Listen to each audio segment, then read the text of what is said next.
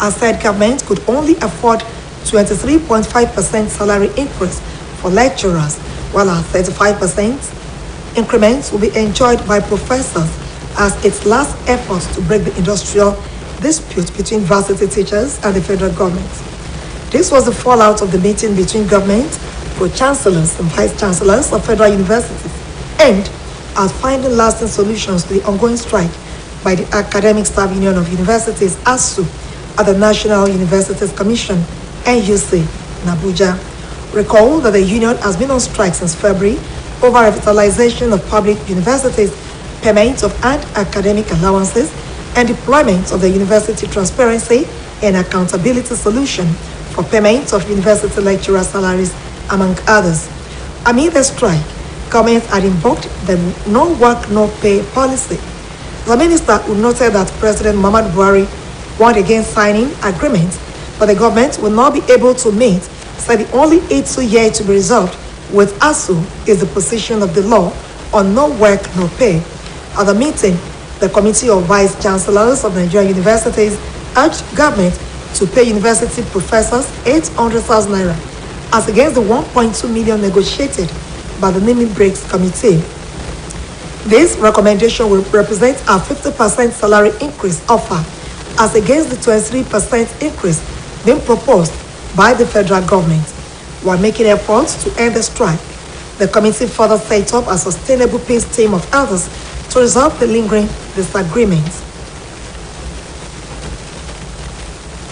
The National Drug Law Enforcement Agency has seized no fewer than 286 assets and 600 bank accounts of drug bearers between January 2021 and August 2022. NDLEA spokesman Femi Babafemi, who disclosed this in a document made available to newsmen, said the asset consisted of 249 exotic cars and 37 mansions. The agency seizures came against the backdrop of the categorization of Nigeria by the United Nations Office on Drugs and Crime as a transit point for heroin and cocaine intended for European, East Asian, and North American markets. According to the UN agency, since 2004, drug traffickers have been increasingly using West African countries, including Nigeria, for smuggling large amounts of cocaine from South America into Europe and North America. The agency added that the country has a relatively high rate of drug abuse due to the continued availability of illicitly manufactured and diverted pharmaceutical products containing narcotic drugs and physicotropic substances. The NDLEA in the document said it is faced with the overwhelming task of drug control in a country with an exceptionally high prevalence of drug use of 14.4%. The All Progressives Congress APC has justified the proposed recruitment of 1,500 teachers into the state teaching service. State chairman of APC, Prince Gbega Famodu, in a release by his media advisor, Chief Kola Olabisi, noted that recruitment is aimed at boosting manpower in the state education sector. He stated that the appointment of the teachers by Governor Adegboyega Oyetola is harmonious to the Constitution, which gives the governor the power to recruit into any sector to the expiration of his first tenure on 27th November. It will be recalled that the transition committee set up by the governor-elect Ademola Adeleke frowned at the approval given by Governor Adegboyega Oyetola for the recruitment of 1,500 teachers. The chairman media subcommittee, Mr. Lawali Rashid, noted that the appointment of additional 1,500 teachers will make the total number of teachers to be recruited in the recent time by Governor Oyetola to 2,500. The committee alleged that the recruitment is a deliberate plot to expand payroll and financially cripple the incoming government. Meanwhile, Osun State government has stated that the additional recruitment of 1,500 teachers is aimed at ensuring quality manpower in the education sector. The special advisor to the governor on education, Mr. Jami Olawumi, who stated this in an interview with OSBC News, said the new approval followed the initial recruitment of 1,000 teachers earlier in the year. He speaks. We have recruited 1,000, and the governor just graciously at the ESCO meeting yesterday that we should complete the figure 1,500. It's not going to be a fresh exercise because we have the database already. We are not going to push people through another rigors of writing exams. They have done it, we have the data. So we are picking the 1,005 from the leftover of the 3,000 plus, out of which we had recruited 1,000. So it's going to be a very smooth exercise. And for transparency, credibility, the governor graciously approved that we should have a 7-man committee in charge of recruitment exercise. The lead negotiator between the Nigerian government and bandits in northern Nigeria, Mamu, has been arrested in Cairo, Egypt. Mamu has been vocal about his role in negotiating the freedom of persons kidnapped by bandits from a train en route to Kaduna from Abuja in late March. Reports has it that Mamu was arrested in Cairo alongside members of his family. Mamu was reportedly on his way to Saudi Arabia for lesser Hajj when he was detained at the Cairo International Airport for 24 hours and is being repatriated to Nigeria. Mamu alleged that the Nigerian government planned to detain him in Egypt, a similar pattern to the arrest of Yoruba separatist agitator Sunday Igboho, who was arrested in the Republic of Benin, and leader of the indigenous people of Biafra, IPOB, Nnamdi Kanu. Mamu last month disclosed that he is pulling out of the negotiation with bandits after alleging threats to his life and alleged blackmail by the Nigerian government.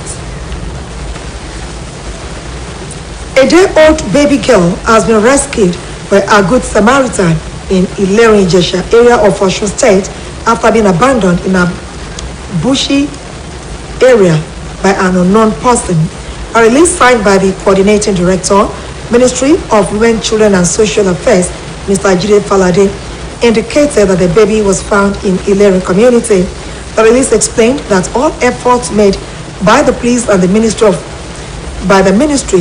to locate her parents proved fruitless. The release therefore appealed to members of the public to assist in locating the parents or relatives of the baby. Now to sports. Chelsea have sacked head coach Thomas Tuchel 6 matches into the Premier League season. Chelsea is expected to approach Brighton later today for permission to speak to Graham Potter about its manager vacancy. Chelsea is also keen to speak to Mauricio Pochettino and Zinedine Zidane, who are both out of work.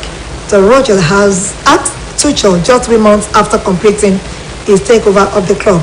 Potter is still acting as sporting director, having moved on director Marina Granovskaya, chairman Bruce Brock, as well as technical and performance advisor Peter Sech this summer in a complete overhaul of the Roman Abramovich era. Chelsea have been considering this decision for some time, and it is not a knee-jerk reaction to the Champions League defeat to Dinamo Zagreb. And coming from the foreign scene, the United Kingdom's Prime Minister Liz Truss has formed a new government at the former request of Queen Elizabeth II. The extensive reshuffle saw 15 new faces in top government positions, while 16 members from the previous cabinet will stay in the newly formed cabinet. The most senior cabinet members include Sarah Scaffey, Health Secretary, Deputy Prime Minister. Scaffey is the former Work and Pension Secretary who takes over from Stephen Barclay as Health Secretary and will also be the Deputy Prime Minister. Kwasi Kwarteng is the Chancellor of the ECTO. Kwarteng replaces Nadine Zawi, who got the job as the Chancellor of the ECRO in July. James Cleverly is appointed Foreign Secretary, moving on from his previous and brief stint as Education Secretary. Suella Braveman, who was previously the Attorney General, takes over from Priti Patel as Home Secretary. Ben Wallace will keep his post as Defense Secretary. He has been in the office since July 2019. Brandon Lewis replaces Dominic Raab as Justice Secretary. Kate Malthouse replaces new Foreign Secretary James Curry as Education Secretary. Bado is the new International Trade Secretary. The British Nigerian vied for the office of the British Prime Minister as a member of the Conservative Party, but was disqualified in June after making it to the top 5. And that ends the evening news on OSBC TV. Join us at 7 for the major report. Thanks for watching. Good evening.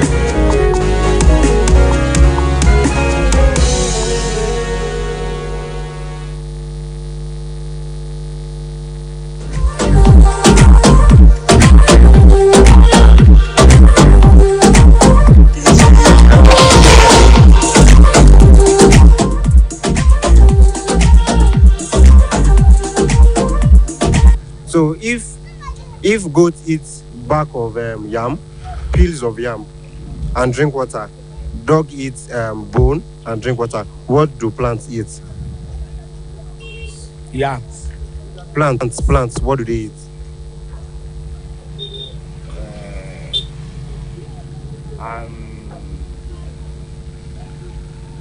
Yam now. What did you say? Yam. Plants eat yam. Plant it yam. Oh my God. Thank you for your time. Goat eats back peels of yam and drink water.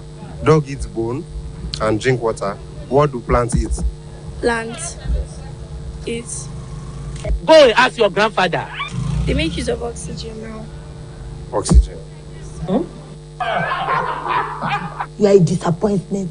So yeah, like we see now, goats eat peel of yam, peel of cassava, and drink water.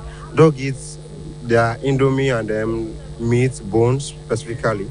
So what do you think plants eat? Plants. I think it's normal natural resources. They eat normal natural resources. Okay.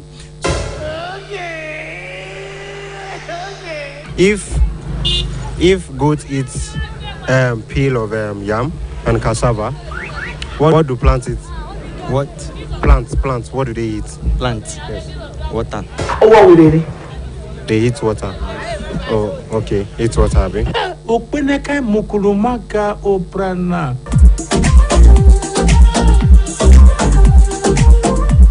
You know, the way we have our hand, we have our leg, we have our eye, face. So where is your mind located? The mind is not located anywhere. Mind is abstract, actually. Mind is abstract. Wow. No, don't be shy. You know where your hand is, where your eyes is, where your ear is. So let me ask you, where is your mind? Mind. This is my mind. Where is your mind? Is it? Where? Mind. Yes, where is it located? My mind.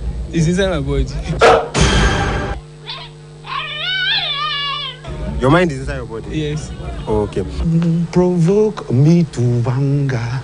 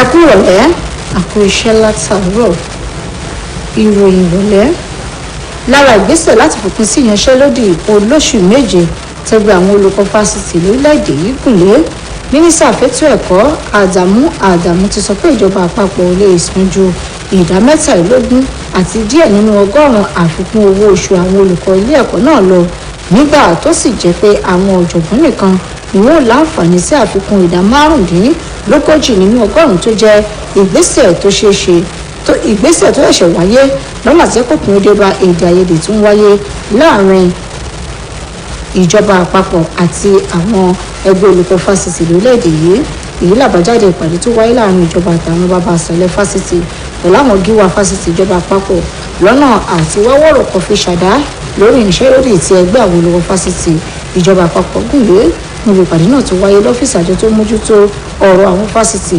lórílẹ̀‐èdè yìí tó kalẹ̀ sílùú Àbújá àrùn tí pé látòṣù kejì ọdún yìí lẹ́gbẹ́ àwọn olùkọ́ fásitì ti wà lẹ́nu ìyanṣẹ́lódì nítorí àtúnṣe sáwọn fásitì ìjọba àpapọ̀ sísan àjẹ́lẹ̀ àjẹmọ́nú fáwọn olùkọ́ náà àti ìṣàmúlò ìlànà àkóyawọ́ fún sísan owó oṣù wọn pẹ̀lú àwọn ìbéèrè míì láì fi báwọn olùkọ́ náà ṣe wà lẹ́nu ìyanṣẹ́lódì ṣe ìjọba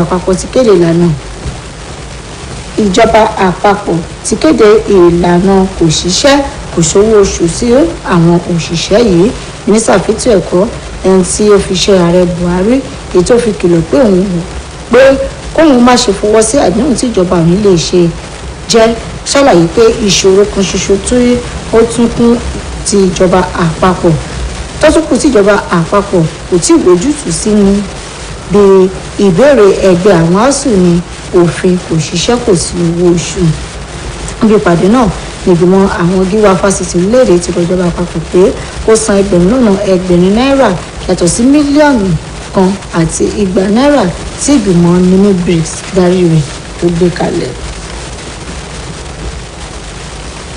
àjọ tó ń ṣígun sí ìlòkulò oògùn olóró lórílẹ̀-èdè yìí ti gbẹ́sẹ̀ lé ó kéré tán òǹlérúgba àti 6 dúkìá àti àsùnwọ̀n ẹgbẹ̀ta àwọn tí wọ́n ti jùǹbó sínú gbígbé oògùn olóró láàrin oṣù kìíní ọdún 2021 sí oṣù kẹjọ ọdún 2022 agbẹnusọ fàjọ NDLEA lórílẹ̀‐èdè yìí ọ̀gbẹ́ni Fẹ́mi Ọbáfẹ́mi ẹni tó sọ̀rọ̀ di mímọ̀ nínú àtẹ̀jáde kan tó fi ṣọwọ́ sáwọn oníròyìn ṣàlàyé pé lára àwọn dúkìá náà ni àwọn ọkọ̀ ayọ́kẹ́lẹ́ òjìlélúgba àti 9 tẹ̀ mọ́ àwọn ilé àwòdàmì ẹnu 37 àtàwọn ilé olówó ńlá míì àjọ náà gbẹ́sẹ̀ lé àwọn dúkìá ọ̀hún pẹ̀lú ìwádìí tọ́fíìsì àjọ ìṣọ̀kan àgbáyé tó ń ṣígun sí ọ̀rọ̀ oògùn olóró àti ìwà ọ̀daràn gbé jáde nípa gbígbé oògùn olóró heroin àti cocaine tí wọ́n máa ń gbé lọ sí ọjà láwọn orílẹ̀-èdè tó wà ní ilẹ̀ Europe, Asia àti North America tó sì jẹ́ pé àwọn orílẹ̀-èdè tó wà lápá ìwọ̀ oòrùn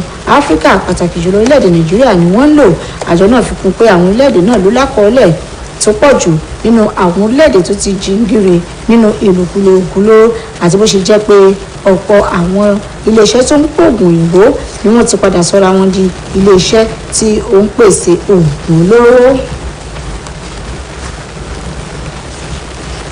ẹgbẹ́ òṣèlú All Progressives Congress ti sọ àwíjàre ẹgbẹ́ náà lórí bó ṣe gba 1,500 àwọn olùkọ́ sí sẹ́nu iṣẹ́ olùkọ́ nípínlẹ̀ Ọ̀ṣun alága ẹgbẹ́ òṣèlú ọ̀hún ọmọọba Gbóyèga Fámọdún ló sọ̀rọ̀ yìí nínú àtẹ̀jáde tó ìdámọ̀ràn rẹ̀ fẹ́tọ̀ ìròyìn olóyè Kọ́lá Ọlábísí fi síta ó ní láríjà ìgbésẹ̀ náà ní láti rí dájú pé akùdékùdé bá ètò ẹ̀kọ́ nípínlẹ̀ Ọ̀ṣun ó ní bí gómìnà Adégbóyèga Oyètọ́lá ṣe buwọ́lù ìgbésẹ̀ gbígba àwọn èèyàn yìí sí iṣẹ́ olùkọ́ ló wà níbàámu pẹ̀lú òfin èyí tó fún gómìnà láṣẹ láti gbà wo ìṣiṣẹ́ di ọjọ́ 17 oṣù kọkànlá ọdún yìí sísá àkọ́kọ́ rẹ̀ yóò parí àrùn síbẹ̀ ìgbìmọ̀ tí gómìnà tí wọ́n dìbò yàn sí nítorí Adémọ́lá Adélékè gbé kalẹ̀ kó rojú sí bí gómìnà ṣe buwọ́lù gbígba àwọn olùkọ́ sí iṣẹ́ sí i níbi tí ọ̀kan lára alága ìgbìmọ̀ tó wà fẹ́tọ̀ ìròyìn ọ̀gbẹ́ni Ọláwọ́ Rasheed ti sọ bí gómìnà ṣe gba 1,000 àti 500 sí iṣẹ́ olùkọ́ tápapọ̀ àwọn tí gómìnà gbà ṣiṣẹ́ olùkọ́ jẹ́ 2,000 àti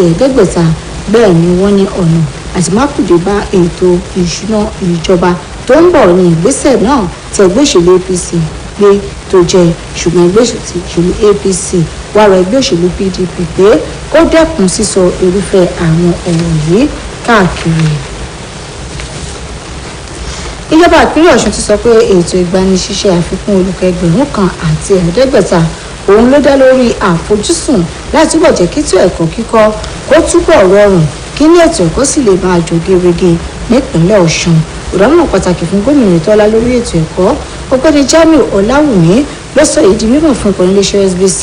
Ó ṣàlàyé pé ìfọwọ́sí ètò ìgbanisíṣẹ́ náà ló kún 1,000 àwọn olùkọ́ tí ìjọba ti kọ́kọ́ gbà tẹ́lẹ̀ ní ìbẹ̀rẹ̀ ọdún yìí. Ẹja gbọ́n tó sọ síwájú sí i. Àwọn tí a kọ́kọ́ gbà 1,000 wọ́n wà lára àwọn 300 ó lé díẹ̀ tí wọ́n ṣe dáadáa jù nínú àwọn bíi 30,000 tí ó tó kópa nínú ìdánwò. Inú 2,000 ó lé láti máa mú àwọn tá a tún fẹ́ mú sìn. Mo sì fẹ́ kí àwọn tí wọ́n fẹ́ ṣe olùkọ́ kí wọ́n ní ìfọ̀kànbalẹ̀ àti ìdánilójú pé ilé ètò àwọn tó dáa jù ni a fi síbi lágbà. Gómìnà fọwọ́ sí pé kí kọmíṣánná 7 kí wọ́n wà ní ìgbọnnu àti gbà wọ́n. A sì ní pé bẹ̀rẹ̀ sí jókòó lọ́sẹ̀ náà la bẹ̀rẹ̀ sí jókòó láàrin ọ̀sẹ̀ 2 pẹ̀lú ògo Ọlọ́run á parí ẹ̀.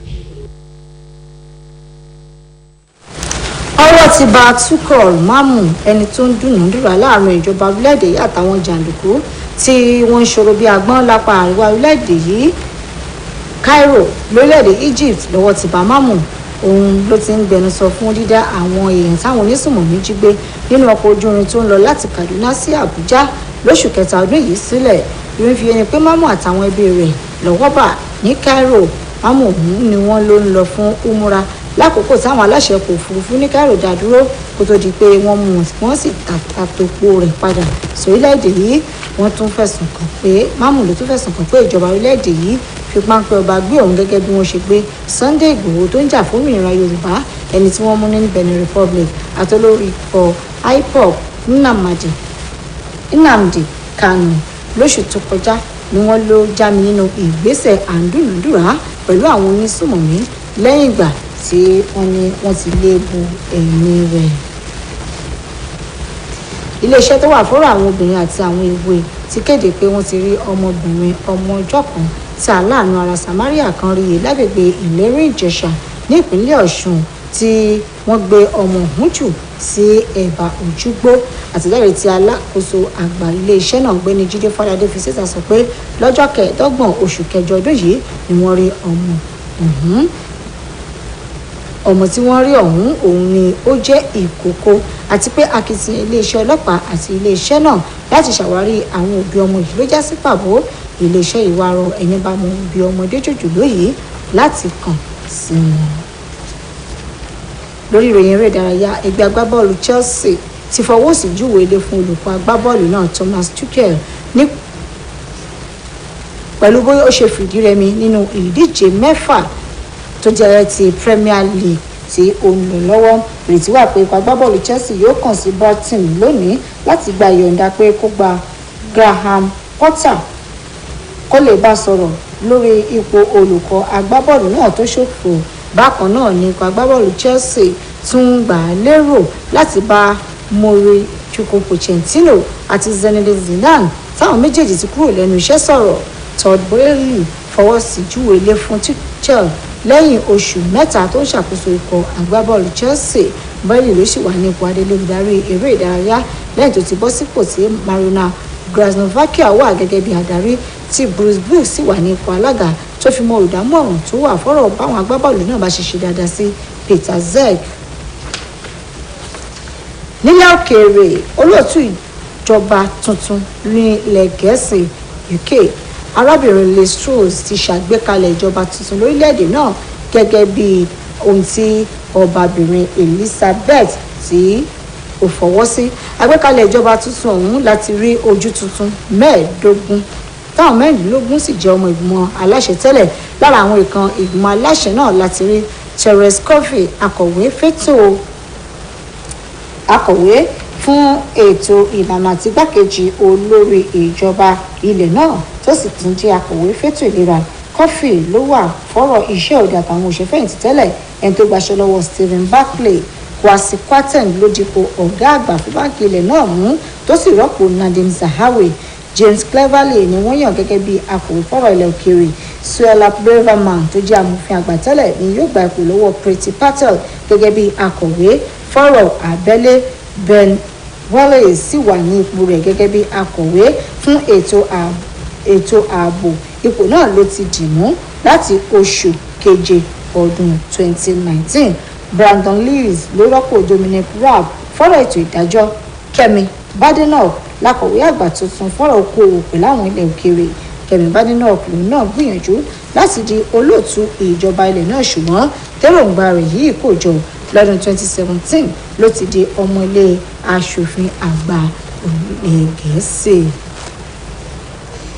Oníjù bá lọ lórí ìròyìn ìrọ̀lẹ́ fún tàkókò yìí ẹjá fúnpàdé sáago 8:30 alẹ́ nígbà táwọn máa mú àkójọpọ̀ ìròyìn àfihàn ẹ̀kọ́ ojúlọ́nà.